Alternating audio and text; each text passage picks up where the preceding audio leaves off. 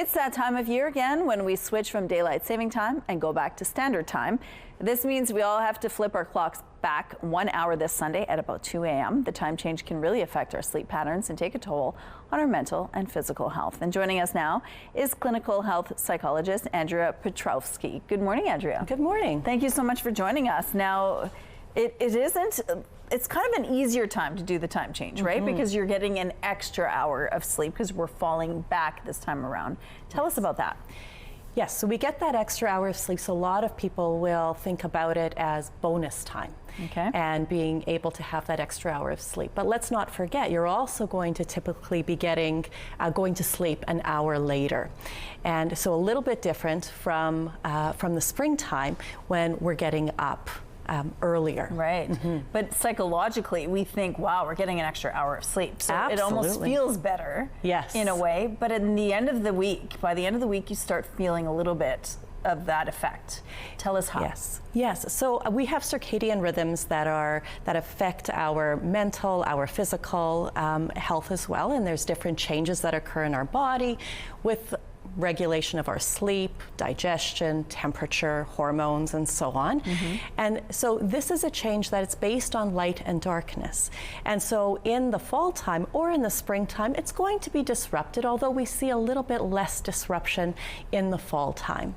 And so it's a matter of it being sort of adjusted, and it will take a few days for many people in order to adjust to that new routine. This is happening, Saturday before we go to bed. So hopefully you switch your clocks.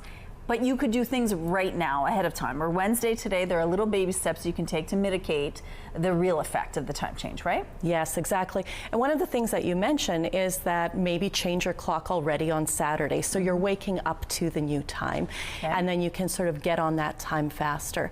Some of the ideas that people might want to implement if they want to be proactive is from now until Sunday, perhaps go to sleep 15 minutes later, and then you increase it by 15 minutes each time. Now, a lot of people are already doing that, or to an extent because of the Blue Jays games. I was just going to say that. So they're staying up longer. I mean, 3.5 hours longer is also not helpful. But that's one way to do it, is you do this gradual change. And so then by Sunday, and then, perhaps Monday, Tuesday, people will start to feel better. Another really good thing to do on Sunday and in subsequent days is to get light. It's best to be outside, to get the sunlight. And if some people aren't able to do that, then sit by a window and get a little bit of sunlight in that way. Why is that? Because when we think about our circadian rhythms, then what we have is we have the light that we need in order to readjust. That's neat. Okay, what about the little ones? Because they're a little tricky, and the sleep patterns are really important for them.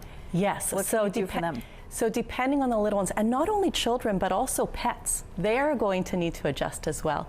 But with our young ones, particularly with babies, they might take a little bit longer to adjust. And so, that might be a little more gradual. If we have toddlers, if we have young children, then again, we might want to adjust the same way that we will with adults. And then just trying to get people back into that routine. Eat at regular times, at those new times, exercise at those new times, waking up, going to sleep, and then things will adjust. And so it doesn't feel so hard. And again, this is happening before you go to bed on Saturday. Flip your clocks back 1 hour. Thank you, Andrea, for sharing this with us. Yes, you're welcome.